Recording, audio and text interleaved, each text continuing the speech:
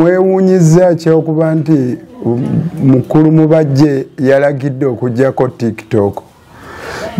Yabadde amulinaanye yataamuwadde magezi. Bamugambe nti bw'otabibikkula tobiraba.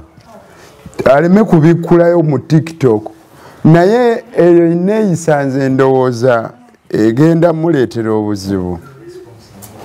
Ali mu mulembe ogwakyuka. Ate ajja kulabibwa bubi nga ye bw'aba akyagamba nti munnaddiini y'omu ku balina okwogera okulaba nti eddembe ly'abantu teririnnyirirwa. Naye kati eddembe ly'okwogera y'omu ku abo abagenzi oddirinnyirira. Eddembe ly'abantu okufuna ssente. Kuba ajjukire oyo Seeka Mubajje nti waaliwo Facebook wano. Gavumenti yagiggalawo. Kati akimanye nti bazzukulu be bagenze bakozesa TikTok okutunda ebintu byabwe, amamotoka, engoye, engatto, amayumba n'ebintu ebirala bingi. Kati gwe musono lyekkubo lye tulimu okusinziira ku nsi bwegenze ekula. Y'omu ku abo abaali badde abasaala okulaba nga alwanirira ebintu ng'ebyo bibeerewo. Naye ye olw'okuba amaze okukola ebikolobero nga bamwogerako ku TikTok, kati asalawo kugamba nti eggalwewo. Ekyo kyakola afaanana nga omusajja alwala omugulu n'ayagala bagutemeko olw'ebbwa. Kati tojja kusobola kulwanyisa nsi weegenze. Ky'oba okola gwe weesonyiwe bwesonyiye TikTok toteekako. Semubajje gwe toteekako tobiraba. N'ekirala wali badde naawe otendeka baseeka bwe baba nga baseeka ababeerako babuza. Gwe tendeka baseeka bangi babeereko nga baluŋŋamya. Naye leka gamba nti eveewo. Tulowooza nti ekiteeso kyo si kituufu ate kituswaza ng'Abasiraamu bwe kiba kiva mu muntu nga ggwe alina okulwanirira eddembe ly'abantu, eddembe ery'okwogera.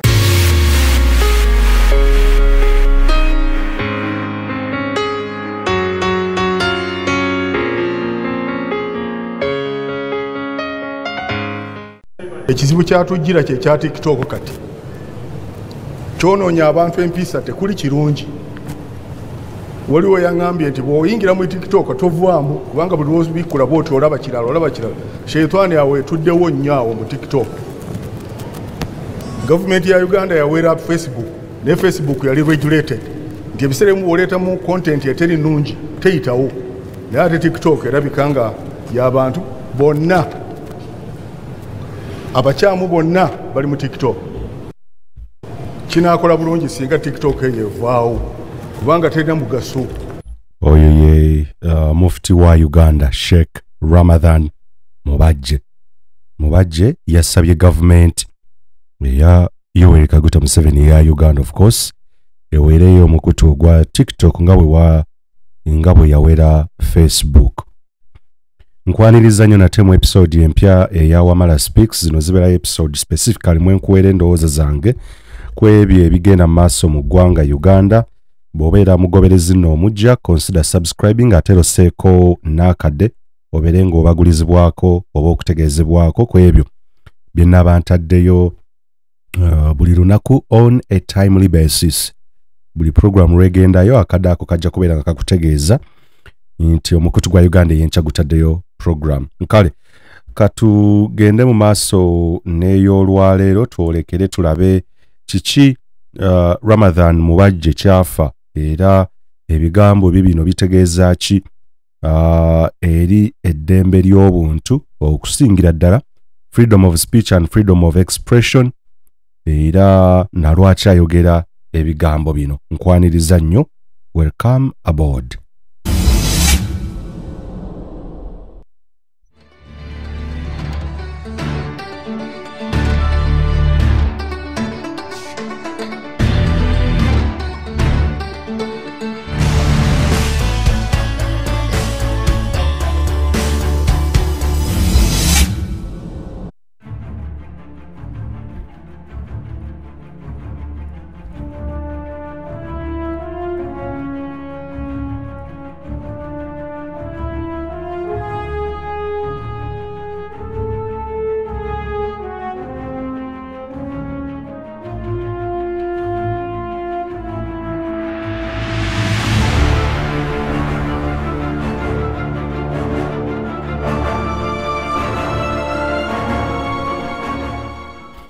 buterevu nnyo abali ku mukutu gwa Uganda ey'enkyambaniriza nnyo nate abali mu diaspora abali mu Europe abali mu Africa abali mu Asia abali mu Middle East mwebale kubeera nga mugoberera omukutu gwa Uganda ey'enkya era mwebale okubeera nga musubscribinga saako n'okukubiriza bannamu okugoberera omukutu n'okusaako feedback obaka comment section banange tugikozese mugende maaso musubscribinge tunaatera okubeera nga twolekera okuyingira emitwalo 10 omukutu guno gulwafuubanira okulaba nga Uganda efuna enkyukakyuka eya nnamaddala era we fight for justice, we fight for accountability, we fight for rule of law and constitutionalism.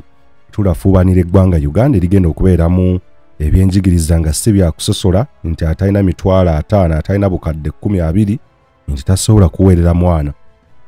Twagala ebyobulamu ebiri ku mutindo gwa waggulu ebitali exclusive nga n'omuntu ali obubi asobola okubeera nga accessinga basic health care era tulafuubanira eggwanga Uganda ng'emirimu tebagenda tunulira nnyindo tebagenda tunulira Jehova tebagenda tunulira ggwanga era tebagenda tunulira kikula kyo era omukutu guno gwa Uganda ey'enkya guyita mu ndowooza n'okuba ttooki mu bintu ebigenda maaso mu ggwanga era tuwa abantu ab'enjawulo omwaganya okubeera nga bakubaganya ebirowoozo n'okuwa endowooza zaabwe eno ebyo byonna bye tukola tubijja mu ssemateeka eyabagibwa 1995 atuwa eddembe ffenna okubeera nga twogera okubeera nga tusobola okubeera nga tu-expressing oba twogera ensonga zaffe awatali atukuba ku mukono tulina eddembe erituweebwa sina ssemateeka naye these are God given rights eddembe lyetuzaalibwa nalyo y'ensonga lwaki ku mukutu guno gwa Uganda enkya twagala okulaba nga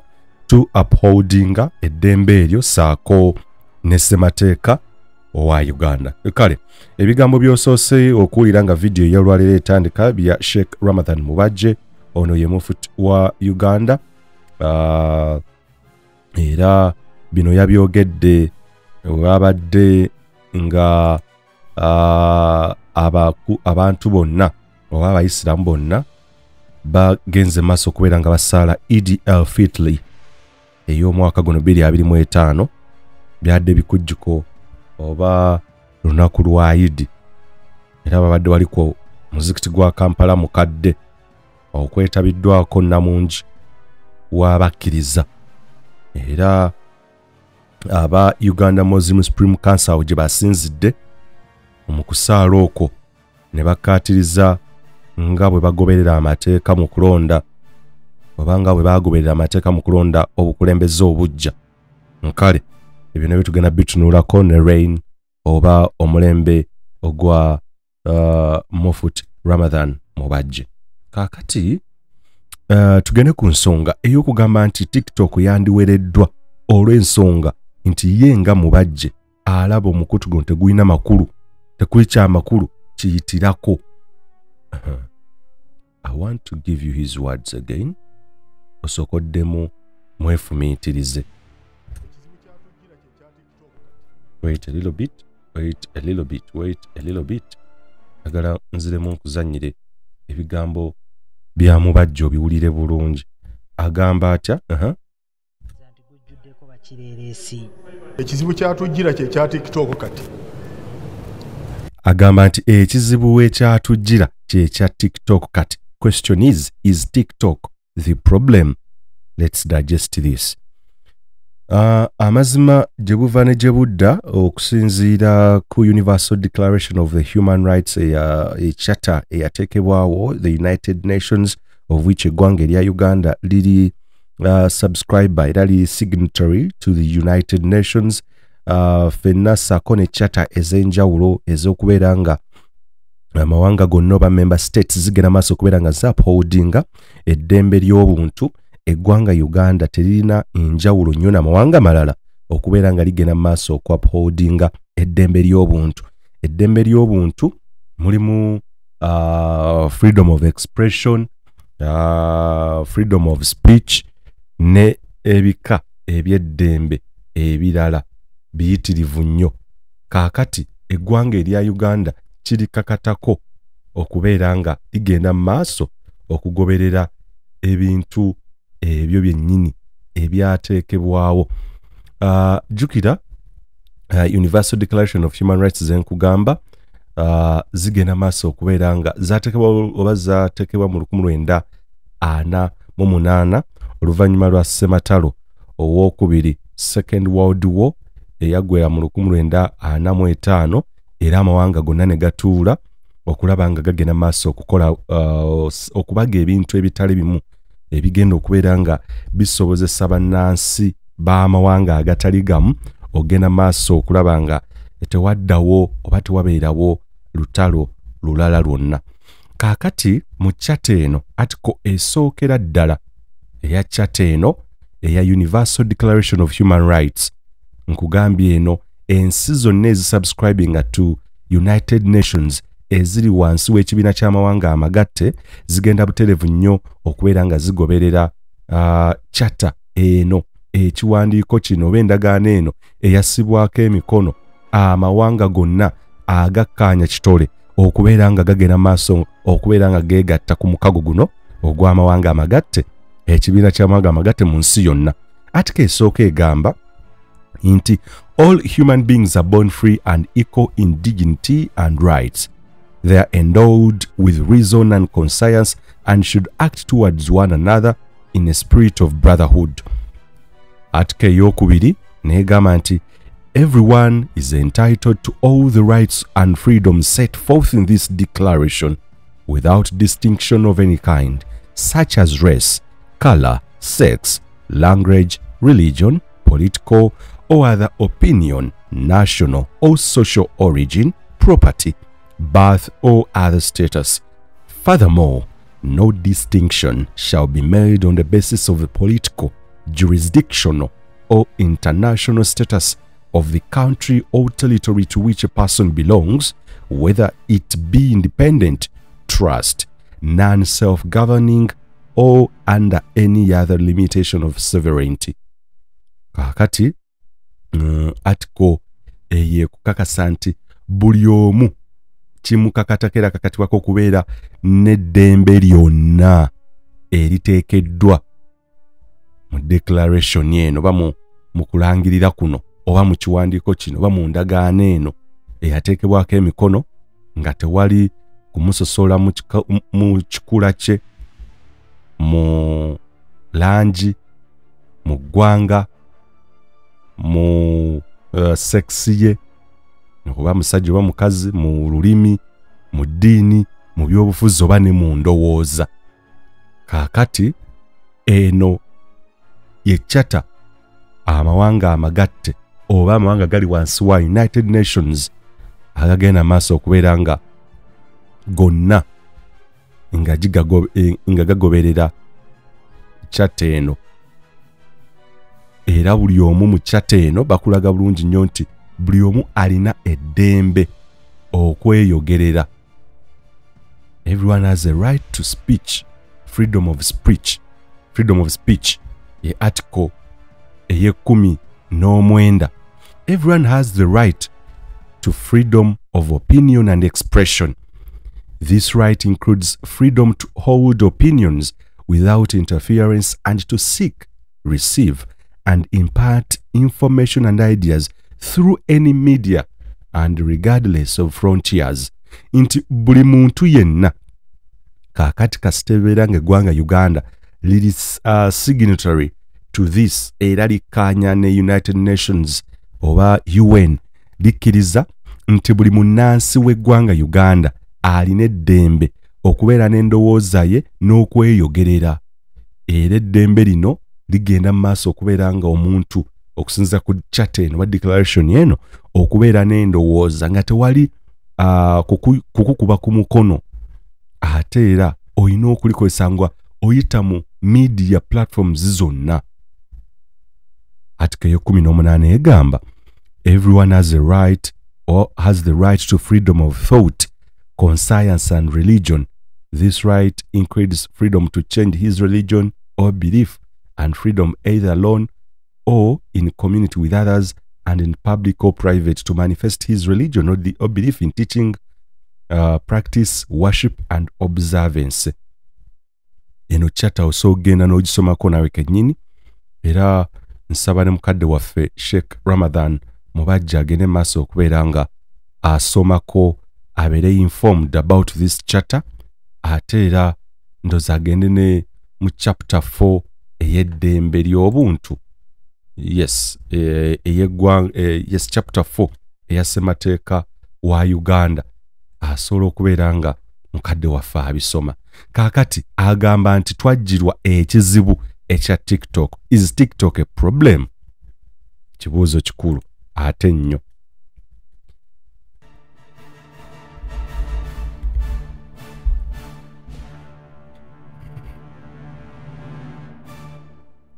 Wetutuukidde olwaleero ng'abavubuka kumpi bakola ebitundu ebisobera ddala mu 7.5 buli 100 ate era bibasinga obungi mu ggwanga Uganda.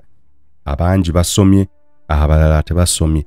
Bangi nnyo banoonya emirimu, bagraduatinze, abamu balina diploma, degrees, certificates n'emirimu emirala n'obuyigiriza obulala obwa waggulu. Unemployment rate bwegenze maaso okubeera nga erinnya n'okweyongerera ddala mu ggwanga Uganda, nga government alternatives zeteekawo zonna zigwa butaka. Ensimbi zeesuubiza abavubuka zeteeka mu katugeze youth livelihood program n'enteekateeka endala zonna zezeegamba nti ewagira abavubuka bwe zizze nga zigwa muguluka nga bigaana gye biggweredde abavubuka badde balina okubeera nga beenoonyeza substitute oba ekinaddira ebyo mu bigere ebiganye. Oluvannyuma lwa gavumenti okulemererwa okudiringa with ebizibu by'abavubuka, abavubuka basazeewo okubeera nga bo kennyini beekolera ku bizibu byabwe. Social media wejjidde ate ng'olunaku olwaleero tukimanyi nti abavubuka bangi saako n'amakampani mangi ne bizinesi nnyingi ezimeruseewo okuyita ku mikutu egya social media. Kaakati social media y'emu ku platform egenze maaso okubeera ng'eyambako gavumenti oluvannyuma lw'okulemererwa consistently era lwebadde mu bukulembeze emyaka 4 eremereddwa okubeera nga etondawo emirimu egigenda okubeera nga gigasa oba giganyula abavubuka ky'oyinza okuyita decent jobs. Nga ne wetutuukidde olwaleero mu myaka 4 gavumenti gyebaddeko ensimbi ezantandikiddwako okusasula munnansi oba omukozi teziriiwo. Anti Yoweri Kaguta Museveni ye mwene yagaana okuteeka omukono ku bbago eryayisibwa olukiiko lw'eggwanga olukulu erya minimum wage bill eryali liteekateeka saako n'okulambika omukozi ssente z'alina okubeera ng'afuna. Kaakati oluvannyuma ebyo nanga bigenze mu maaso, ssente ziteekeddwa mu programu ez'enjawulo ze bagamba nti zigenda kulaakulanya abantu, abavubuka n'okutondawo emirimu bwe bigenze nga bitunuulira abantu ab'olubatu. Abantu ensimbi ne zibbibwa mwaka ku mwaka buli financial year nga tewali kikolebwa, nga abantu tebalina mirimu. Buli mwaka university zifulumya sinakindi obukadde bw'abayizi. Universities, tertiary institutions oba vocational abali mu institutes zonna amatendekero aga waggulu gafulumya abayizi ababanguse, abayize, abasomeseddwa naye nga gye baggweredde nga tebalina mirimu. Bayitirivu nnyo. Makerere University omwaka guno gwokka yatikkidde abasoba mu 1,000 ate buli mwaka etikkira abasoba mu 1,000. Where are they going to get the employment? Nowhere. Ekyokuddamu naawe okirina. Abangi nakusomera lipoota mu sabbiiti ewedde nti abagenda ku kyeyo buli mwaka giri mu mitwalo na mitwalo buli mwaka. Nsaba Sheikh Ramadan mubajje owulirize programu eno obeere informed n'ebintu by'oyogerako. Oli mu bantu abategeevu, abantu abayivu mu byogerera, ogenda oyogera ebintu ebiteetaagisa kwogera. Byeninza n'okuyita nti okumansa entungo. Mukadde wange beera informed. Sheikh Ramadan mubajje ku myaka 7 gy'olina olwaleero, abazzukulu b'olina sinakindi bwe wabadde kodi Kampala, abazzukulu babadde bangi b'ozukusizza. Okuzzukuza b'olina oli mu kusaala Idil el-Fitri okulembeddemu abantu naye nga namu bo bennyini mulimu abatalina mirimu. Mu bo bennyini b'oyogereramu mulimu abalina TikTok accounts nga batundirako ebintu byabwe. Mu bo bennyini mulimu abayisiraamu sheikh ba imam baani abagenzi maaso okubeera nga babuulirirako enjiri oba baspreadingirako gospel eri abasiraamu n'abatali bayisiraamu. bamashek abali ku TikTok ababuulirirako enjiri oba abasomesezaako ebyeddiini by'ekiyisiraamu bireetedde bangi okukyuka n'okwongera okwagala obuyisiraamu. Bangi nnyo ensangi zino abagoberera ensomesa y'abaseeka nga Sheikh Chiti n'abalala bayitirivu nnyo abasomesa okugenda ebuziba n'ono abadde atalina kinyegenyege kusiramuka akifunidde ku TikTok. That is how good TikTok is today. Mube wabadde oyogereramu mwandibaamu n'abo abaasiramuka nga bafunye ekinyegenyege okuva ku TikTok nga kwe bayigidde ne baga wow, I feel this is a good religion to follow. Okomekereza azze kwodi Kampala ate we yasiramukira oba we yafunira ekinyegenyege we yagala okugambira nti ego mukutu mubi nnyo era kizibu nti TikTok is a problem. Olunaku olwaleero TikTok abaana abakolerako business sijja kikweka omuzindalo gwenjogererako nagujja ku TikTok nga Munnayuganda kwagutundira. I support Ugandan ventures and businesses. Headphones zenkozesa okuwuliriza bino byenjogera n'okubeera nga mbaweereza oli yayita ku TikTok edduuka lye liri Mengaawo era we nagenda ne nzigula.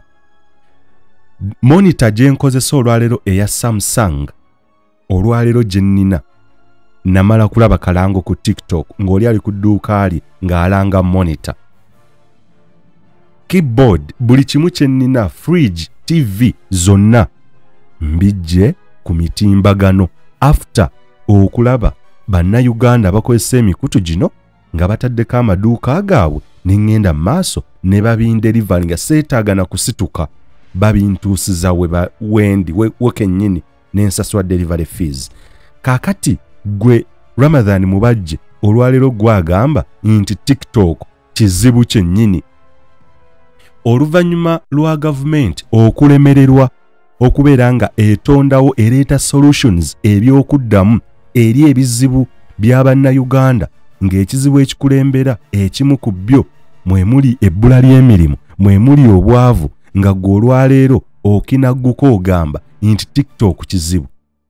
Kaakati awo mukadde wange embeera sikutegeera batugamba nti eriiso ly'omukulu awaddugala weewalaba. Nsaba ekyatukuza eriiso lyo mukadde waffe Sheikh Ramadhan Mubajje kiddemu kiriddugaze olabe ebintu nga bwe biteekeddwa okulabibwa. Mukadde waffe Sheikh Ramadhan Mubajje emyaka 7 gy'olina wandibadde okozesa muzindaalo ogwo okwadressinga ebizibu eby'amaanyi ebiri mu ggwanga. Sikkiriza nti TikTok kye kimu ku bizibu. Bwe nzigulawo olwaleero TikTok abasomesezaako trading, abasomesezaako investments, abamotivatingirako abantu, abayigirizaako abantu ebintu ebyenzikiriza ebyeddiini, amazima ga Katonda mu ggulu bayitirivu nnyo. Sheikh Chiti nandimumanyiddewa yadde ndi munnamawulire naye nange seebaka nga siwuliriza ku kusomesa kwa Sheikh Chiti. Ani atayagala Sheikh Chiti? Bannange abayisiraamu abaliko actually ojja kwesanga be basingako n'obuyitirivu olwaleero batwagazza eddiini y'ekiyisiraamu n'okwongera okunnyonnyoka ne tumanya nti ddala kituufu eddiini eno y'abantu bategeevu. Olwaleero Sheikh Ramadhan Mubajje otutamya otwenyiyisa ate platform gye tubadde tusobola okubeera nga tukolerako business.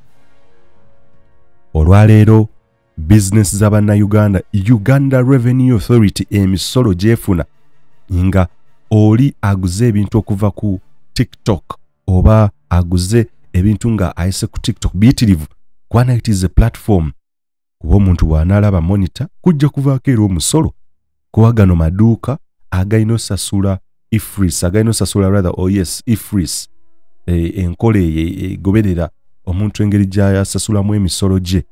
At the end of the day balina okumpa receipt monitor bwe baya mitwala 3-4 era kisuubire kulina ovaako VAT. Kaakati gavumenti ng'ekulaba oyogera ebyo olw'okuba waliwo aboolubatu omuntu omu babiri tetugaana mu society mwonna tetusobola bbeera nga ffenna tutegeera ne mu bayisiraamu mwennyini muwadde oyogerera sigamba nti bategeera nga bw'otegeera mu buli society tetusobola kugamba nti Katonda yakola nsobi okubeera ng'akola ekyo yalina ebigendererwa bye n'ebirowoozo bye era nalwaki yakikola. Society is a reflection of oba society yendabirwamu eyoleka ekikula ky'abantu, endowooza z'abantu, era society etwoleka ensi nga bw'etambula.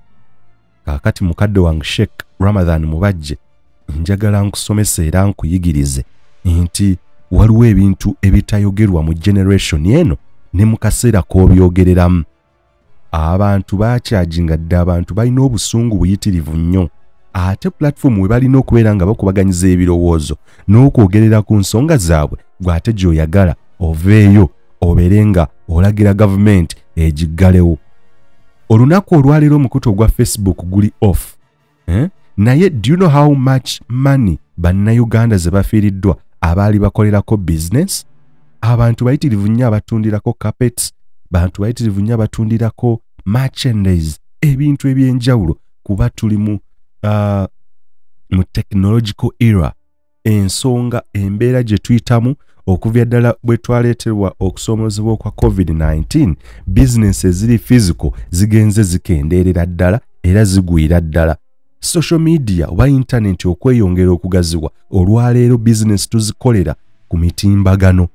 Kaakati bw'obeera nga wagambye mulimu enti kizibu ky'amaanyi, wandigambye nti aboolubatu abo kuba gavumenti erina mandate yaayo ey'okukola ogwo ng'eyita mu kitongole ekya Uganda Communications Commission n'abapoliisi bwe basuubira nti mu society mulimu omuntu akola ebintu ebimenya amateeka, so si kuwera mukutu gwonna. Ndowooza Mubajje ne bamuwa ku bwa president olunaku olwaleero ne bw'omwogerako bwogezi omukutu gwo batwala mutwale. That is a dictatorial thinking. That is what we can refer to as tyranny. Oba obusibira mu bwa kugamba n'akyemalira oyinza kubeera mukulembeze mukambwe ennyo era omubye ennyo era waswazizza nnyo Obuyisiraamu. Kuba suubira nti Obuyisiraamu ezo ensonga obusa mbuyigiriza ebyo ebintu eddembe lye tukozesa olwaleero, amaloboozi, omukka agutuwa, Mukama Katonda teri mukulembeze agugaba. So kaakati ojja kwesanga bwe tugenda nga ebitongole ebya gavumenti ebirina emikutu ku TikTok, Uganda Revenue Authority guli omu ku bo, n'omuzikiti gw'obadde ogwa Old Kampala bwe guba gwagadde guba gusobola okuggulawo omukutu ogwo okwongera okuweereza obubaka eri abantu bonna. Gwe gw'oyagala guggalwe, olw'okuba Facebook yaggalwa, olw'okuba oli mukwano gwa president, olusuubira buli kimu tugenda kikola nga gwe bw'oyagala, buli kimu kinakolebwa nga bw'oyagala nti ozuuka buzuukusi ekyo mukijjeewo. Gano si makaago ssebo Mubajje. This is not your home. And tosobola kubeera nga ofuga abantu bw'oti ate abantu bakulemberwa bukulemberwa, si kufuga. Gwani asobola okulinnyirira eddembe ly'abantu bw'otyo mbu omukutu guwerebwe? Who are you?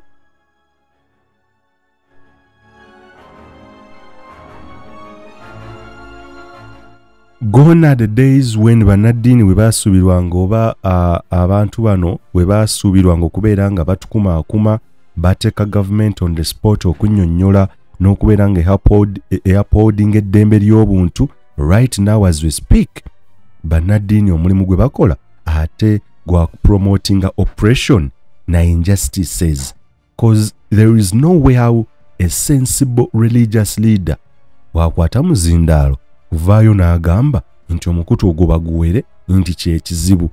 Kwegamba ye Mubajje bwe bamuleetera ebizibu by'eggwanga Uganda ku nnamba emu TikTok. Oh my God. Sheikh Ramadhan Mubajje, kankujjukiza ebizibu by'eggwanga Uganda kyeka obyerabidde.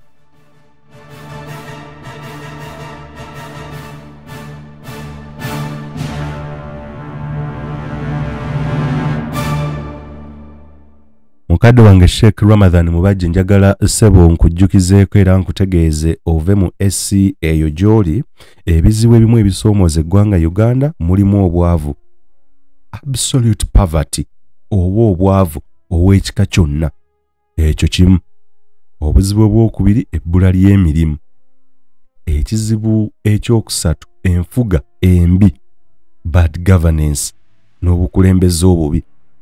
Ekizibu ekyokuna obubbi oba obulyake oba corruption nga bwe bakiteeka mu Luzungu naye obubbi. Ekyokutaano tulina ekizibu ky'ebyobulamu whereby bamaama bangi abafiira mu ssanya, bamaama bangi abazaalira ku seminti, bamaama bangi abagenda mu malwaliro nga teri ddagala, bamaama bangi abagenze mu malwaliro nga baganya okubakwatako n'okubazaalisa nga tebalina bikozesebwa, naye ng'ani avunaanyizibwa oteeka ebikozesebwa mu ddwaliro, bamaama abo oba gavumenti weeri. So ebyobulamu ebirwaza abalwadde, ebyobulamu ebitategeerekeka nakyo kizibu ky'amaanyi nnyo. It is part of the problem. Mukadde wange Sheikh Ramadhan Mubajje, tulina ekizibu ky'ettaka mu ggwanga Uganda. Awo nzijjawo nnyo kuba naawe obadde emivuyo gy'ettaka miyitirivu nnyo egikusongeddwamu olunwe n'emisango ne bakutwala ne mu kkooti. Mukadde wange, bantu bangi ababbiddwako ettaka lyabwe nga n'abababbako ettaka banene nnyo balina n'emmundu abamu baddukira mu State House. Mukadde wange, nsaba nkusomese ku bizibu by'eggwanga Uganda obitegeere bulungi nnyo. We have the land problem ate yo nnene nnyo. Regions ezisingira ddala obungi abantu bafuumudde ku ttaka. Ogenda owulira bafuumuula ku ttaka muntu w'amaanyi nnyo ate ne batayambibwa. Ekizibu ky'ettaka mukadde wange nkujjukiza oleme kubeera nga weerabira. Ekizibu kya Uganda si TikTok. Ekizibu kya Uganda ebimu ku byo obubbi bw'ettaka, land problem. Ekizibu ekirala obutali bwenkanya, injustices, kyekimu ku kizibu ky'eggwanga Uganda olwaleero. Awatali bwenkanya mukadde wange, Abayisiraamu bangi nnyo abali mu makomera we twogerera olwaleero, abaawambibwa, abaabuzibwawo, abaatulugunyizibwa, abamu battiddwa. Bwe tutandika okumenya olukalala lw'Abayisiraamu abazze battibwa mu ngeri etategeerekeka, abazze bawambibwa, abazze bateekebwako emisango, abali mu makomera nga baludde okuwozesebwa. Mukadde wange, olunaku olwa Eid el-Fitr ebyo wadde olina okubuulirako newazze ku TikTok nti kyekizibu ng'olwokuba olina obusungu bwo oba wavudde ewaka waliwo akwogeddeko. Mukadde wange, nsaba nkusomesa era nkujjukize nti ekimu ku bizibu ebitawanya n'Obuyisiraamu olwaleero kwe kubeera nga mwerumaaluma factions ebiwayi. Sisuubira nti bwe muti we mwandibadde. Mukadde wange, Abayisiraamu bangi nnyo baagala okuwulira eddoboozi lyo, baagala okuwulira nga naawe olina ettofali ly'obagasseeko, nga baagala okuwulira nti ddala kituufu oli mukulembeze waabwe, so si kudda ku TikTok. TikTok kazibu katono nnyo, bwe kaba nga kazibu bwe buno obuzibu bwe tugamba nti bwetaaga na EOC wa ku kyalo okugonjoola. Omuntu bw'abeera nga tumumanyi mu kitundu nti yakozesezza omukutu gwe okuvoola omukulembeze oba okuwisa olugaayi mu muntu w'ebintu n'amansa entungo, chairman amuyite ne family aba ne kino ekintu tekikola bwe kiti ne bwe kiti. Naye ate waliwo ebizibu ebitagenda kwetikka nti ensi yonna kyekizibu. Mukadde wange, ekizibu ky'abaana ababuzibwawo, abawambibwa ne batafuna justice, ekyo weekiri. Naye n'abalala bangi abatafuna awatali bwenkanya, eggwanga teririimu bwenkanya. Ssebo, ekyo nakyo kizibu ky'amaanyi nnyo. Nsaba bw'oba ofunye omukisa okuddamu okwogera, okole notisi zino onootinge ebizibu ebitawaanya Uganda. Etosobola kubeera ng'otegeeza bantu. Katugeze ogenze mu lukiiko lw'amawanga amagatte bakuwuuza ebizibu ebisoomooza eggwanga Uganda ng'oteeka TikTok ku mwanjo. Bayinza n'okusekerera nga Uganda's problem the biggest ng'ogamba abantu nti TikTok. Mukadde wange, nsaba okujjukiza mu ggwanga Uganda tulina ekizibu kya obusosoze mu mawanga. Emirimu giweebwa balondemu, emirimu egy'amaanyi batunuulira nnyindo, batunuulira ki? Mukadde wange, nsaba nkujjukize ebizibu ebigenda mu maaso mu ggwanga Uganda nga mwe muli n'ebyenjigiriza. Ebyenjigiriza olunaku olwaleero we twogerera atalina nsimbi, eriyo n'abazadde abakyalemereddwa okuzza abaana ku masomero, eriyo abazadde abalemereddwa okutwala abaana ku masomero olw'ebbula ly'ebikozesebwa, oba abaana bawala menstruation, oba scholastic materials, nga ebyo byokka bya affectinga the entire generation and the family. Ogenda maaso okubeera nga abaana ebyenjigiriza biriko omuwendo ogw'amaanyi ennyo, okufuna quality education osasula buwanana na buwanana, naye ate ng'emirimu ogenda kukomekereza nga tewali, basasudde obuwanana naye at the end of the day emirimu tewali gy'abalondemu. Olunaku olwaleero mukadde wange nsaba nkutegeeze nti n'ekyo kizibu era ky'amaanyi nnyo. Mukadde wange tulina ebizibu biyitirivu nnyo eby'amaanyi ennyo, tulina obufere, tulina obubbi, tulina ebintu ebitatuukaganye na mutindo ku katale ebireetedde abantu obulwadde, okulwala ne kansa, abantu bafa baggwaawo. There's a lot of substandard products eziri on the market, naye nga gye biggweredde bigenda okubeera nga birwaza abantu baffe, n'omuli Abayisiraamu kansa bafe baggweewo, n'eggolo otunuulira TikTok.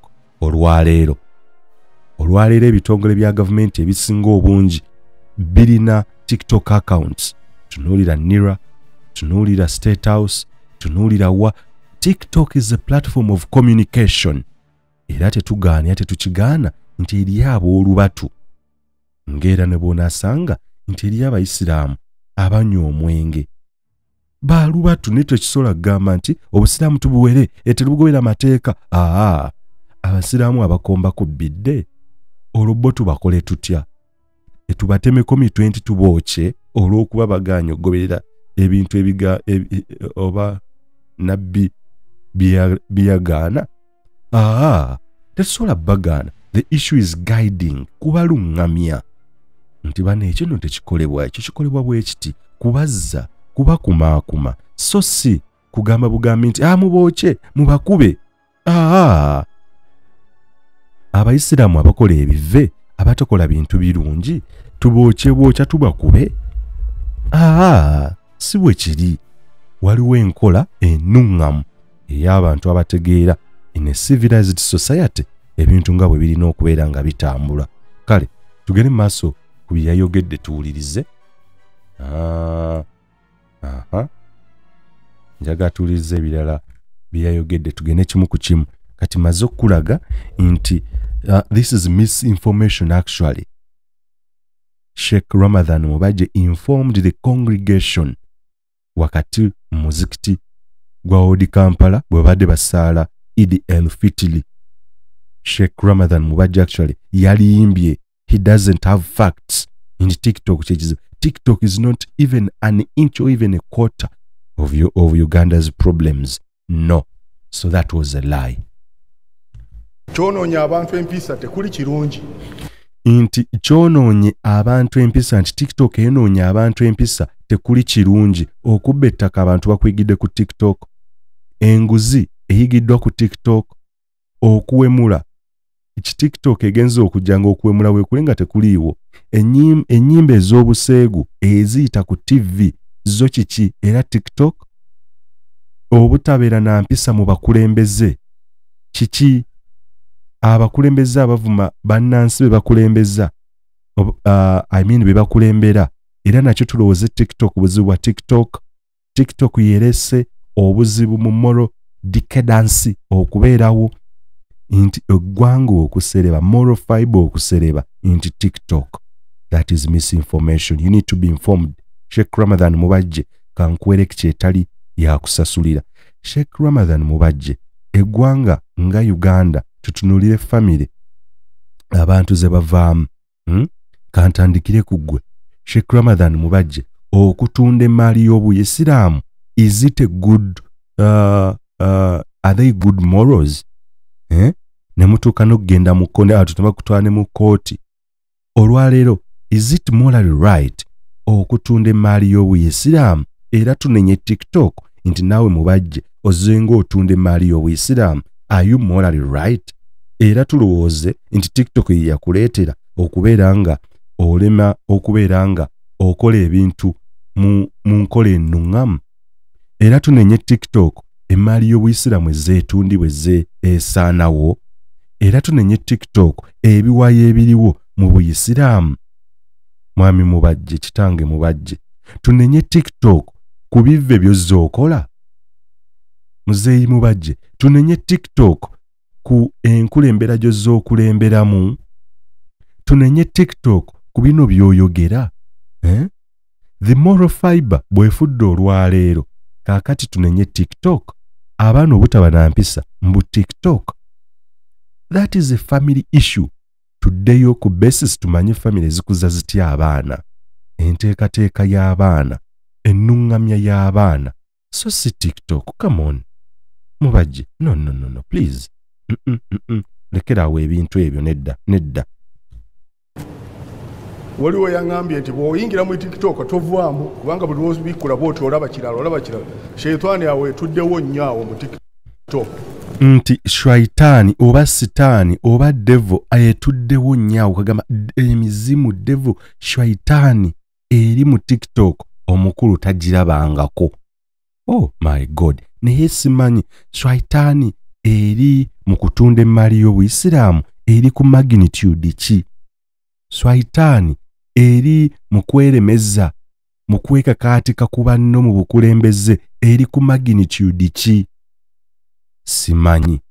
Shwaitaani y'obubbi obuligenda maaso mu bannayuganda, gavumenti ebintu byebba, obukulembeze ebintu byebibbye bannayuganda, ensimbi y'omu w'omusolo ebbibwa, ebyo byose shwaitaani lwaki tobyogerako? Ettaka eribbibwa mu ggwanga Uganda mu region ezitali zimu, abantu ne babagobaganya ku ttaka, abantu ne babasenda, abantu abazze obuzinne bava mu bitundu ebirala mu nsi endala ne bajja ne bafuna ettaka ne bagenda mu maaso ne bakajjala bannansi nga babonaabona. Shwaitaani ki esinga eyo ereetera abantu okubonaabona? Shwaitaani ki esinga okutulugunya abaana?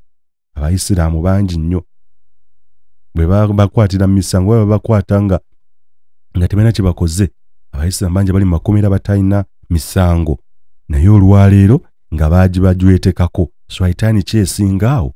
Shwaitaani ki esinga okwokya abantu paasi? Shwaitaani ki esingira ddala okuwaayiriza n'okutulugunya n'okuwamba n'okubuzaawo abantu? Mukadde waffe Mubajje, kiki? What happened? What went wrong?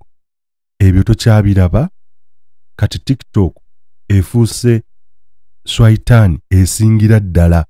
Naye ng'ate waliwo shwaitaani ezisingira ddala obuyitirivu ennyo, ng'abazadde bakaaba amaziga, abaana baabwe baakubwa amasasi mu 2020 Novemba 18-19 ne bafa.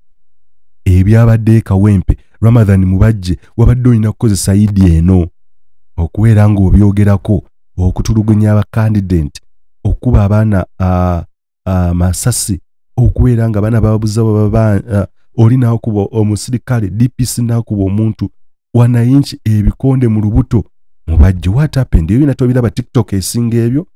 Shwaitaani ki esinga scenes ezabadde Kawempe mu kalulu, okusamba obululu, okuyiwa box n'okukola kutya, naye ng'akalulu ako kaateekeddwa mu billions and billions of money ezaweereddwa akakiiko k'ebyokulonda. Shwaitaani ki esinga ebyo? Shwaitaani ki esinga obubbi bw'obululu? Shwaitaani ki esinga okutta? Ni mukadde waffe Mubajje, weetaagayo gaalubindi endala.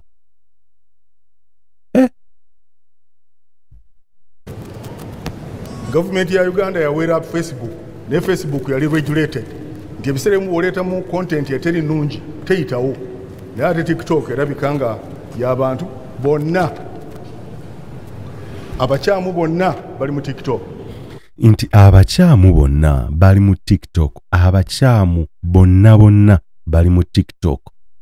Bw'ebeera ng'olunaku lwayo TikTok is a threat, that shows the weakness, the cowardice, oba obutiitiizi obw'omukulembeze, because TikTok has a platform. Bw'ebeera nga threatening, what is TikTok threatening? Is it threatening your power? Olw'okuba abantu bakozesa TikTok okubeera nga bakukriticizinga, abantu bakozesa TikTok bwe babeera nga aboolubatu oyinza n'okozesa nga bakriticizinga Mubajje nga tabaweera na 100, nenga abantu abakolerako business zaabwe bayinza okuba bawera n'emitwalo 2 abakolerako business zaabwe oba 10,000 sente eziva mu TikTok katugeze omuntu aguze byamaguzi of course okubeera nga alabye edduuka ly'omuntu sente eziva omwo eri abantu abakoleddeko obukadde n'obukadde kati gwe oyagala bagiwera ogiyita swaitan si gwe swaitan etolooza nti swaitan ayita mu gwe kennyini gwe swaitan ayagala okulemesa enkulaakulana omusiraamu yazze okusaala ng'eggulo limu yabadde atunze emmaali oba yadde atunze engoye ze za bukadde 2 katugeze kakadde ka mitwalo 5 akutunuulira ati akubalemu amagezi mukadde waffe mubajje what happened do you need to be reminded that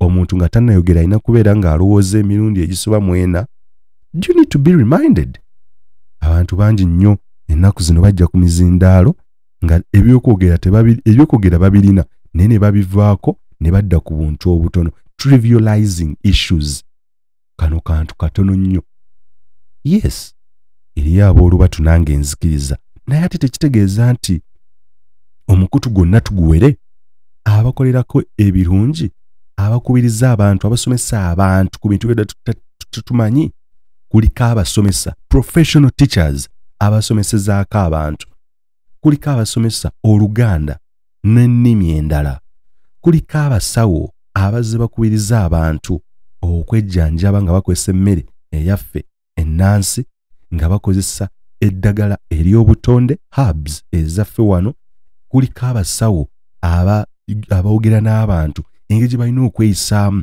lifestyle wise naye ng'ate ebintu bino bw'ogenda mu malwaliro olina osooka osasula ensimbi do you know the free education people have gotten just through Facebook free education ekwata ku bulamu bw'abantu do you know how many people have changed their lives oluvannyuma lw'okulaba abasawo abakugu abasomye aboogererako ebintu ebitali bimu muganda wange Dr.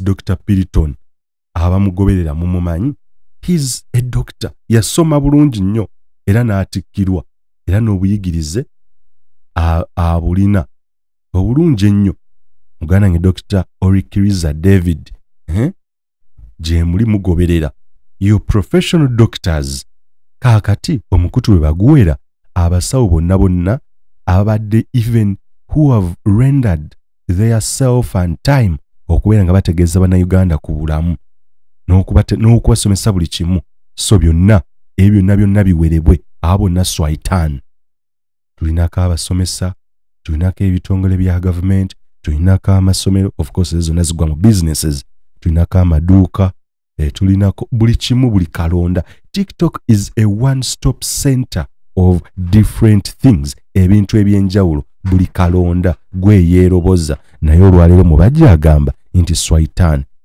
eno si ye swaitan eyogera namba emu eyagala okulinyirira enkulaakulana eyagala okulinyirira okukula kw'abantu ogenda ku mutendera omulala Facebook sente bannayuganda ze bafiiriddwa bali balinako businesses naye oluvannyuma lw'okugiwera abantu bakendeera abaguzi ne bakendeera up to now businesses z'abantu abali bakolera obukolezi ku Facebook ng'oli edduuka liri ku Facebook ng'akeera n'ateekayo post n'alanga abantu ne batumya ebyamaguzi ye mubajja akulaga ebyo tebimukwatako musanyufu nnyo ayagala n'omukutu omulala baguwere do you know how many people ababeera ne stress abagenda mu maaso okubeera nga bagoberera omukutu gwa TikTok kuliko entertainment ebintu ebyentertaining obulamu bw'abantu biyitirivu nnyo oli bw'aba badde alowooza kukola suicide bangi nnyo b'osanze nga baagala kwejja mu bulamu bw'ensi naye he finds something entertaining oba n'asangako n'ebintu ebi therapeutical ebigenda okubeera nga bimutereeza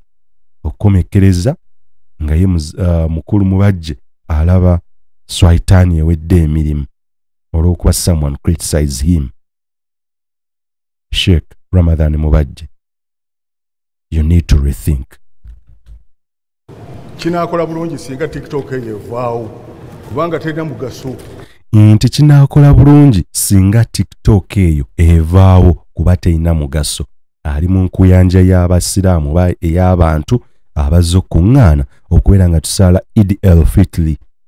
Naye kulira ebyabadde mu bubaka bwe ng'abuwandiise ne buwandiika nga bigambo bikulu nnyo azze okwadressinga eri abasiraamu abakomekkereza ekisiibo. Neewulire engeri gy'akomekkereza ekisiibo, akikomekkereza n'obusungu, akikomekkereza n'okumenya amateeka n'okulinnyirira eddembe ly'obuntu ng'akozesa eddoboozi lye. Omuntu yandibadde olutindo lw'okuwagira ebirowoozo by'abantu okubeera nga byexpressingibwa, ng'omukulembeze yandyagadde okubeera nga abantu beeyogerera, abantu bakozesa amaloboozi gaabwe, abantu bakozesa platform zaabwe bulungi nnyo.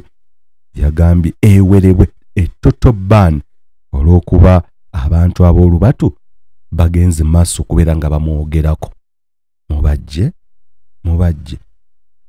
ndowooza mubajje nsooke ndowooza mufunire malumujjukizaamuuko waneeno.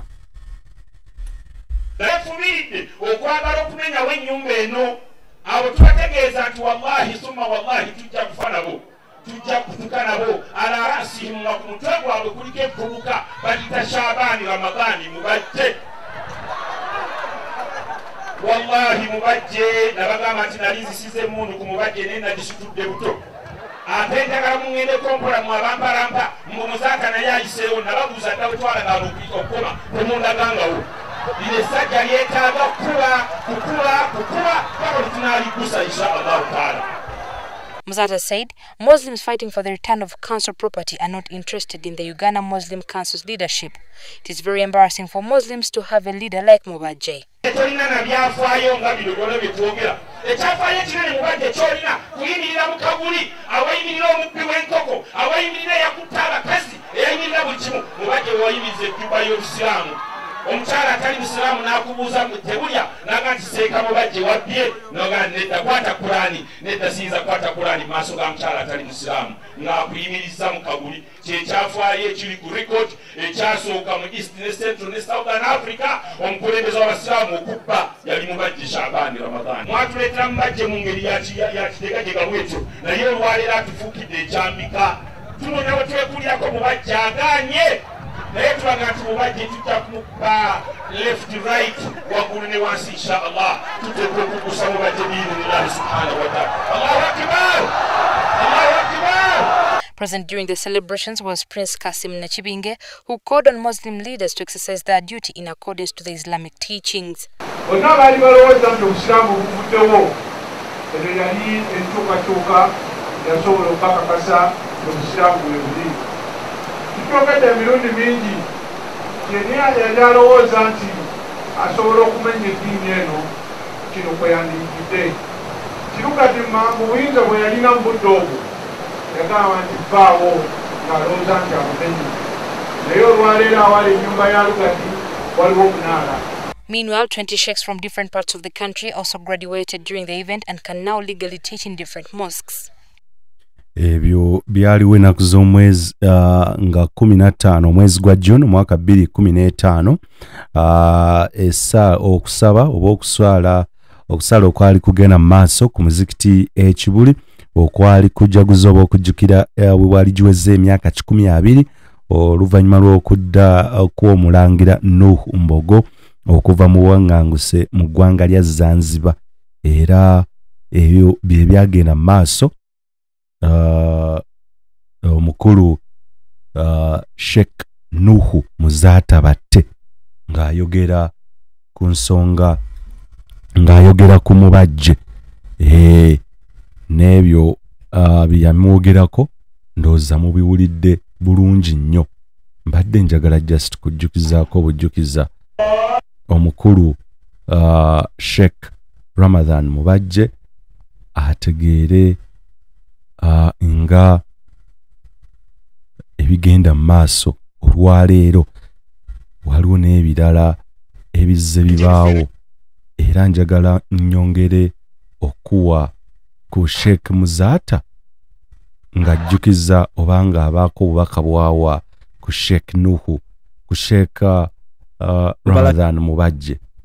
Kampala Sheikh Suleiman Ndirangwa yeewunyiza poliisi obutateeka akuuma kakawunyemu ku Mufti Shaban Ramadan Mubajje bwe yali tannayogera ku mukolo gw'okutuuza disitulikiti kadhi Masaka abagunduse Burhani Masaka nga 21 omwezi guno. Kikampuni bukampuni olaba bamachinga kuva kasozi kibuli bajje bawambe Kampala mukadde bajagala koki ekikampuni obukampuni ne mutakwata oyo munyisa mukalo kawunyemu okusinza kuigamo mubajje yabatayogera nga yeetaaga kuwunyisa mukawunyemu yabadde soba atolo. Ku mukolo ogwo Mufti Mubajje ataakaka ng'alumiriza ab'ekiwayi ky'ekibuli okubanga poliisi ekitiitibye n'abalabula okukolawo akatiisa wamu n'okuwaayo ensimbi ze bazze bakuŋŋaanya mu bintu by'obusiraamu bye beewaŋŋamyamu. Properties bajja mu ssente ne bazigulirira abantu abaali badde ba implementinga policies ne orders za government beetegeke okubeera nti nno basasula ssente ze balidde kuba tuzibala yeekazaakaza ate namwe omusajja kati mumuwadde emirembe mingi mwabe mizikitizikiti gyagenda. Kyokka Muzaata aneenyeza gavumenti olw'okubalekerera okulwanira ebintu byabwe bye bagamba nti byabbibwa ate ne basalawo okutiitibya ababitwala bw'atyo n'ategeeza nti sibakuddamu kwetaba ku mikolo gya gavumenti gyonna okutuusa ng'ensonga zaabwe zigonjooleddwa. Kubanga mumaze otulaga temutwetaaga wano wetulinga tuyomba wetulinga tulwana mweri essanyu lyammwe kati tumaze emyaka 4 tuyombagana ne Mubajje yatubba myaka 4 tuyombagana naye bo bakola byabwe batambula bagenda naye kooti oda weeri wabula waliwo politics alabika nti ayagala kulemesa emirimu gya kanso okutambula. Siri mu mativu toli mu mativu gwe olina kumatira naffe nga bwe tutamatira nawe tuyinza kuba mu mativu. Oluvannyuma lw'okusaala Jjuma, Muzaata asabye abasiraamu okuwaayo eri abatalina era balabiddwako nga basonda ssente ezo. Oye Sheikh Nuhu Muzaata Batte yali akulira ddaawa mu ggwanga Uganda ng'ayogera ku Sheikh Ramadhan Mubajje olwaleero. Menja just kujjukizaamuko just Sheikh Ramadhan Mubajje just kumuwaamuko ya just kantu katono nnyo okubeera nga mujjukiza ku bubaka obwo oba nnyongera omujjukiza. Okusaala Jjuma ku muzikiti gwa Biraali kutandise ku ssaawa 6:30 emisana ga leero ng'omuzikiti gubadde gukubyeko bugule.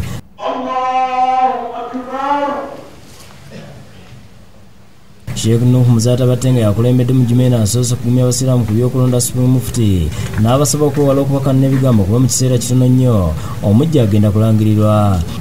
Era mutubuza ani ne munda ku mawulire ono naye asinza okusogebwa nnyo Muzaata ono gundi ebyo ebigambo byammwe biveeko Allah ajja bibabuliza bwerere nga temulina ansa zaabyo mwe mubeereewo mulinde bwe tunaabaleetera yoyo gwe mujja okutambula naye kalatenze munzije kubira ebyange ngende kubiri bwe naayogera nga ndi munene agati mufuti omulamba yayogedde naye wano njogerera ddala ne munkaliramu nembakaliramu. Abasabye okugumira mu busiraamu n'obutatiiranga ddiini yaabwe wabula bavengayo boogera ekibaloma kubanga Allah yewe nkomeredde. Ng'abasajja bannakigwanizi bamaze okubawa emmaali y'obusiraamu olwaleero bawulira balogootana omusajja n'ayogerera ddala ng'olabira ddala omufere agati oyo omulangira yampa biki byambuuza kati omufere asinga oyo obusanga kuddawa ya jamaata alkheer. Wabula Sheikh Muzaata atuliise n'akaaba bw'abadde ayogera ku bigambo Mufti Mubajje bye yayogera ku jjajja w'obusiraamu olw'okutaano bwe yali Mbarara n'asaba poliisi emunoonyerezeeko kuba yandibanga ebimu ku byayogera takyabitegeera. Nojja wano ne tukutunula tugaa nti omusajja ono kale ekirevu kirungi tumuwadde obukulembeze naye n'otunda ebintu by'abasiraamu n'obimaliriza n'olyoka ogamba nti oyo omulangira Nakibinge ambuuzabuuza agamba nti ebyokwegatta tetuyinza kwegatta okugjako nga bakomezaawo bye baatu. Mufti Mubajje yasinziira Mbarara n'ategeeza nga bwe waliwo abamu ku bakulembeze b'obusiraamu abamulumba ku by'okutunda ebintu by'obusiraamu n'agamba nti tewali kye bamuteresa. Katuwe ebintu byaffe kasaba naze ebintu byaffe kasaba tuwe ebintu byaffe sirabako Kasimu Nakibinge omulangira ng'ampa ekintu kyonna terina kye yali akwasiza amanja ki anakyamanja banaye bwe nali ndayizibwa mu nkubi ebbiri olwo kye bankwasa kati lwaki amanja kyatamba. Ye Mubajje yabuuza omulangira gweomuntu ngaoyo tumukole tutya ayogera ebyekiyaayo ebyekita ebbanga lyonna twe tumukolere ki obuuza otya omulangira n'omubuuza ati Nakibinge bw'atyo bw'ayogera owulidde lwaki toleeta wa traffic akamuwunyiseemu n'omubuuza ati omulangira ambuulire bye yankwasa byammanja era naffe twagala tujja batuwa accountability y'ebintu by'ekibuli. Omuzikiti gw'oku Nuuru ku William ye yagutunda ng'ali ne basajja balaba ne bannaabwe kaakati gavumenti Pulezidenti Museveni bwe yasalawo baguddiza abasiraamu agamba nti balina kuuza mu mannya ga Supreme Council wano Muzaata asabye abasiraamu bonna mu ggwanga okuŋŋaana beegayire Allah kuba bandibanga balina kye bamukola n'abasiba ku mubajje ng'ekibonezo ng'atuuse n'okusaasira bakulembera nti bandibanga beegatta nabo okumalawo ebintu by'obusiraamu. Essajja banne tulemeddeko banne basiraamu bamulina kye mwasobya Allah mukuŋŋaane musabe Allah abasonyiwe atuggyeko essajja ebibuka mubajje bajamaani. Obedi Utale. Emboozi yakolebwa bannaffe aba Bukedde Television, Bukedde TV. Njagadde kujjukizaako bujjukiza omukulu Sheikh Ramadan Mubajje okubeera ng'ajjukirako ko ebyo ebitonotono ku bintu bye byazze atambula ne ligase ye wabadde basobola binnyonnyola obulungi ngasobola kubeera nga mbinnyonnyola. So mu programu ya leo tukitegedde obuzibu bw'eggwanga Uganda apparently si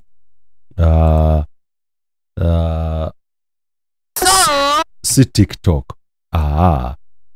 TikTok tebeerangako kizibu era bwe babeera nga abakulembeze balina mandate balina okukola kyonna ekisoboka okukeepinga society ng'eri safe.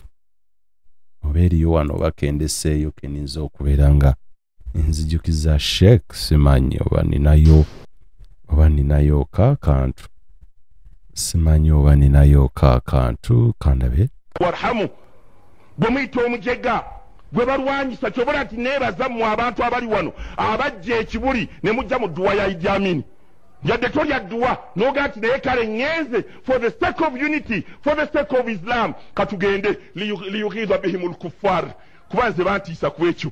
Bano bonna bwowulira baminisita bamwe abo bonna simanya baani ne bagamba ba Muzaata ba mu kintu kino ne baga nti wallahi mbalayirira sijja kivaamu.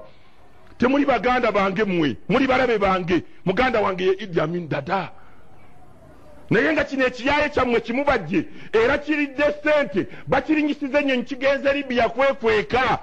Kale wulira shaitaani eyo ogende wekweke ku dduwa ya muganda w'omusiraamu constituency ye erirudda weri mbakafiiri timbadde constituency ye eri mbusiraamu nabana abazeeyi ba talqini bakugamba faidha saalaka wama ikhwanuka baganda bo bebaani almuslimuna walmuslimati kulluhum ikhwani naye oyo mubajje endiga tennabana kukimanya nti abaganda bayo basiraamu.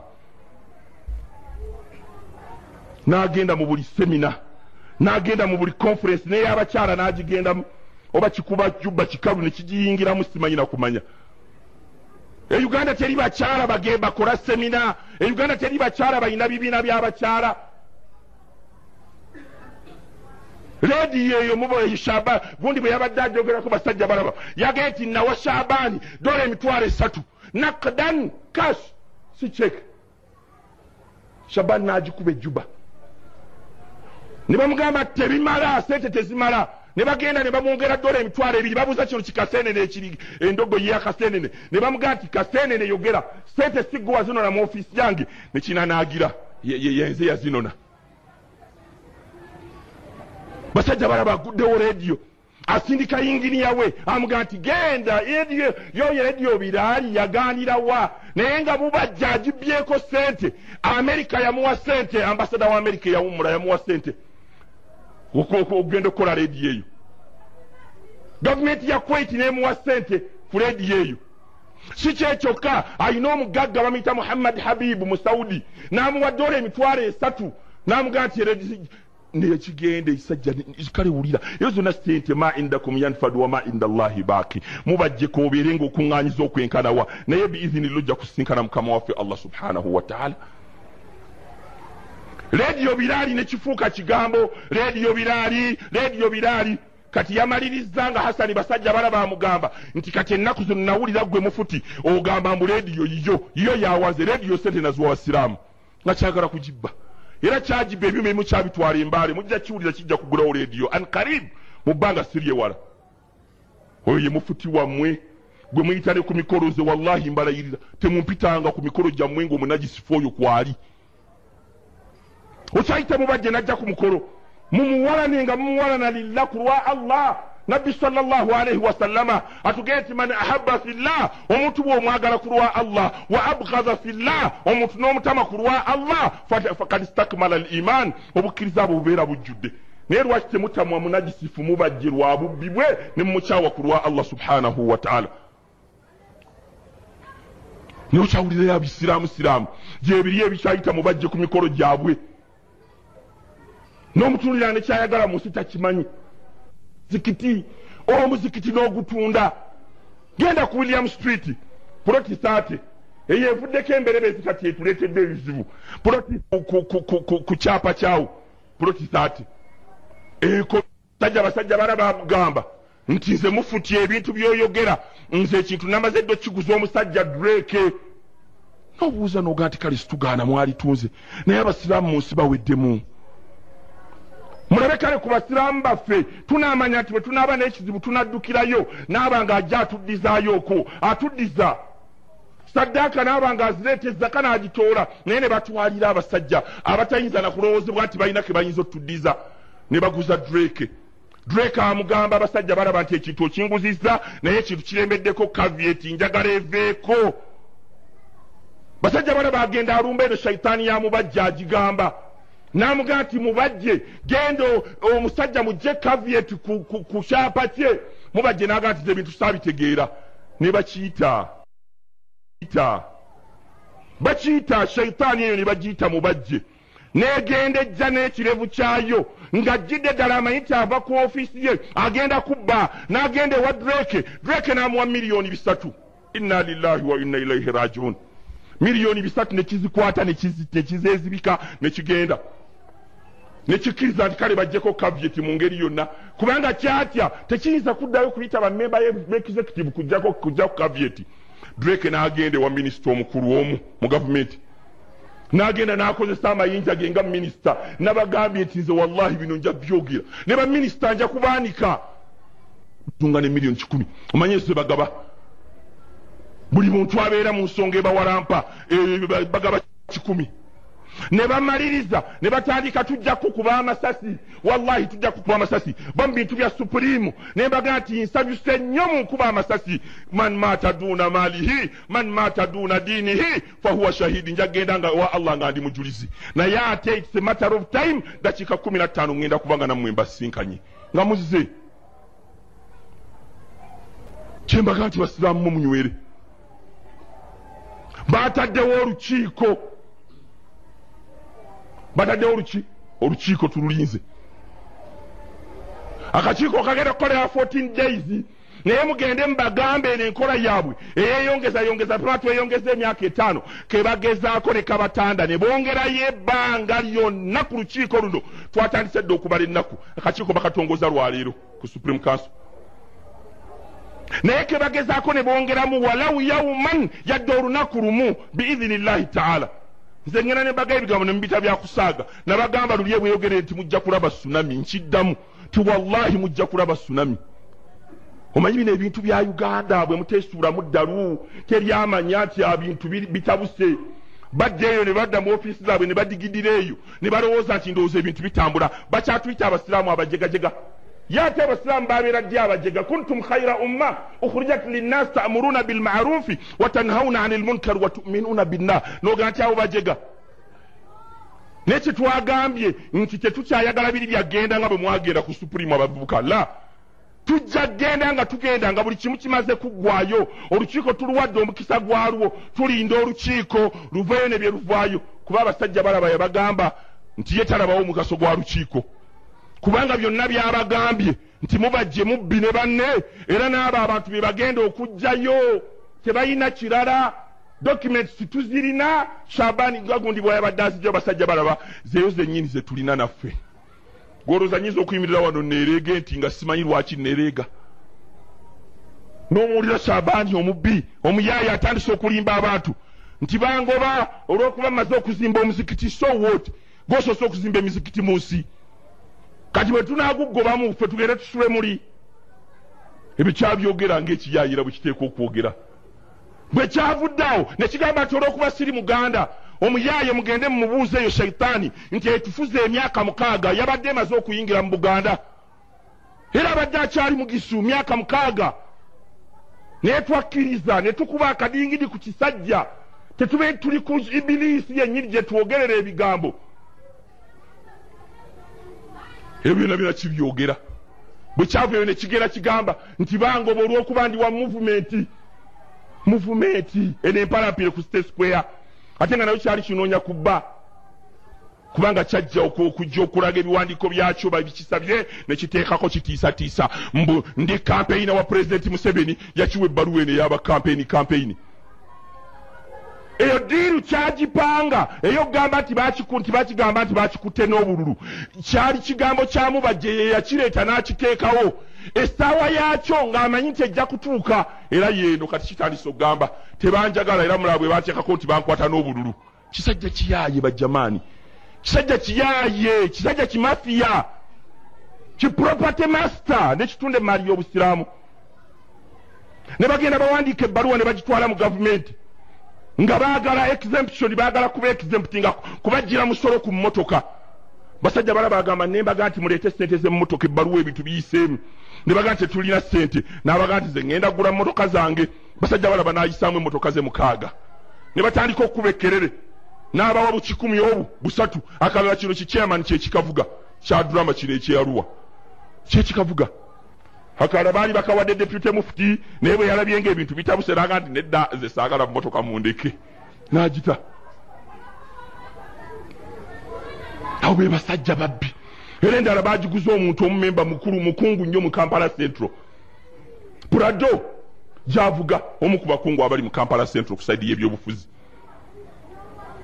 naye be basajja mwabe Masindi plot zaffe tezimanye 3 eziri commercial road commercial street yazitunda plot 3 esava nazitunda nazimalawo Shabani yajja ne bolabo olwalero nga yakulira sima interreligious council simanya ani ebyekikafu ebyo babeeramu eyo ne bola nti ekibikulira kyo kibigwana kuba kikafiiri alina agenda ne bakafu banne yakumalawo maali ya busiraamu tetulina ke tulina omusajja najja Idi Amin Dada n'atuwa ennyumba 8 naye tetukyalina nnyumba n'emu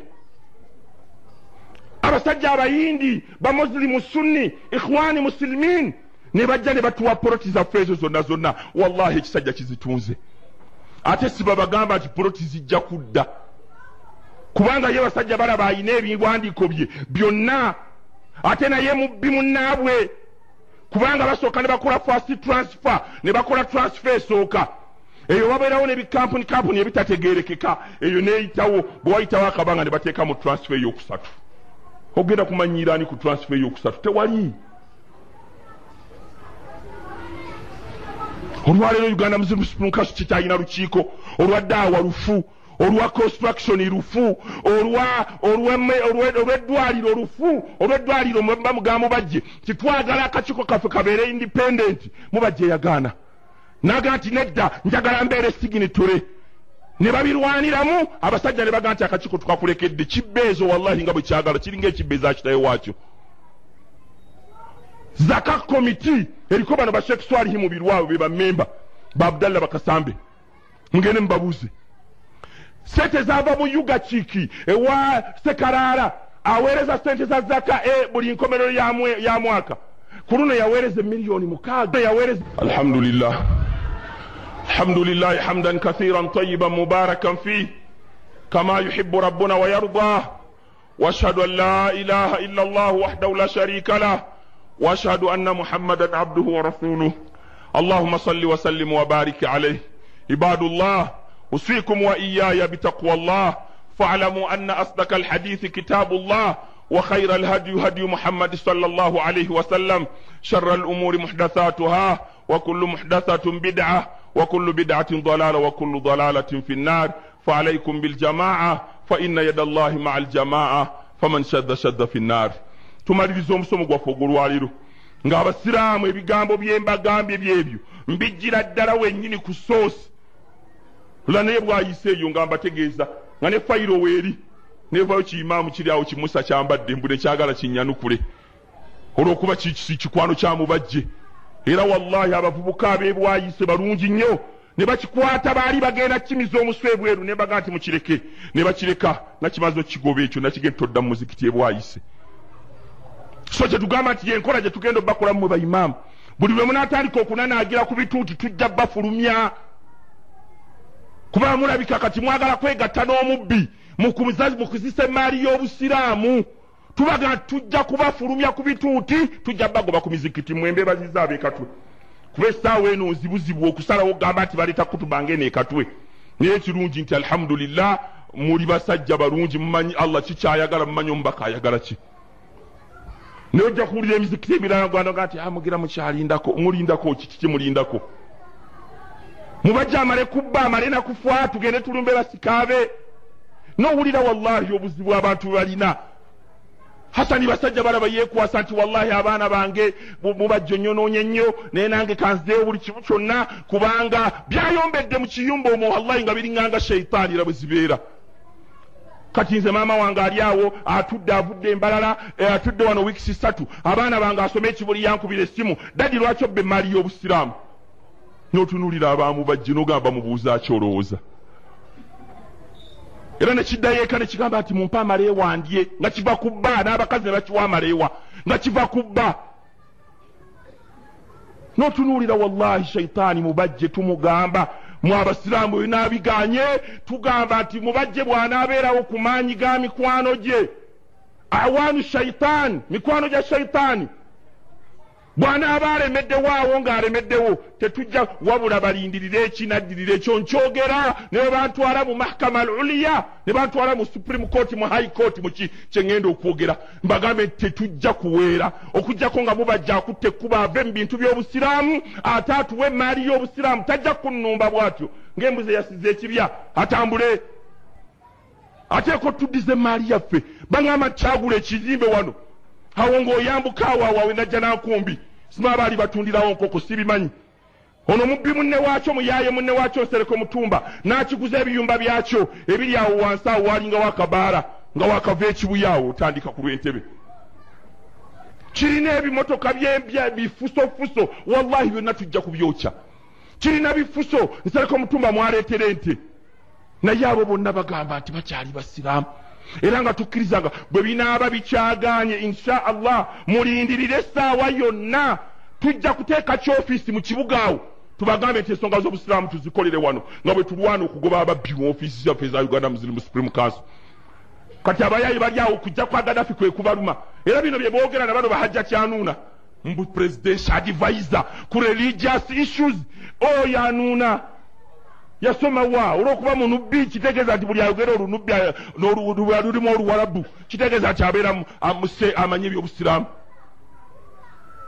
ye ekizibu kyanuuna gwe mulaba oyo yagamba nti ekizibu kye anti ate Gaddafi omugenyi ajja kujja bano bonna baminisita abayaaya abo bonna bye boogera mpusima Gaddafi agenda kujja gwe oba otwala muzikiti gwatwale mulimu ki tuba tetusaala naye nga Gaddafi ng'omuntu mugamba nti ye tumwebaza kye yatukolera naye mbaga nti bwe kinaaba kyetaagisa kubeera nga tumuvayoletinga aleme kubeera nga ajja wano olunga balemezaawo mubajja omubbi waabwe ekyo tujja kikola biizinillah olowooza munaafa ffena tunaafa ne tuggwawo bahizibullah bali eri basogola busogozi mubisi kunywa abafalastini abali e Gaza basogola mubisi kunywa eyo yembeera kati yeeyo ensi bwetyo bwetambula ensi mugijja mu kutema obutemi obulaadi subhanallah awo ensi yavuddewo dda ensi mugijja mu kulowooza obulowooza nti nze kantuule wano ebintu kambiveeko obivaako obirekeraani bali babbaani ba hizibullah abapalestine e Gaza babbaani abaye Iraq babbaani tebalina gwe babba wabula babakolako ebyo byonna liyaqula rabbi Allah kyembagamba mu abaisiraamu nti essaawa yonna mulindirire ekinajja mbagambye nti bw'abeera Gaddafi butajja wano tujja kuba violent tujja kudemonstratinga nga tutegeeza nti mubajja atuviira agende bw'anaaba aganye alindirire ebinaddirira ala fasallu ala habibi almustafa imtithalan bi amri rabbikum haythu qala inna allaha wa malaikatahu yusalluna ala an-nabi ya ayyuha alladhina amanu sallu alayhi wa sallimu taslima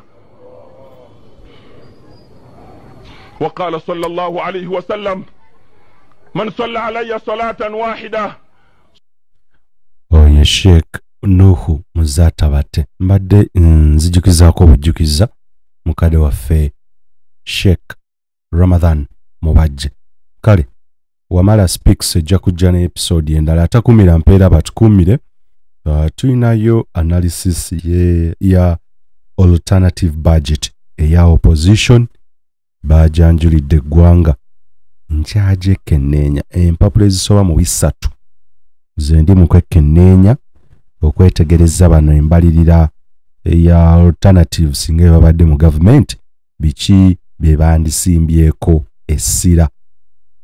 It is going to be a deeper analysis into that budget. Akume atakumira mpeera aye Katonda kuma maaso moja.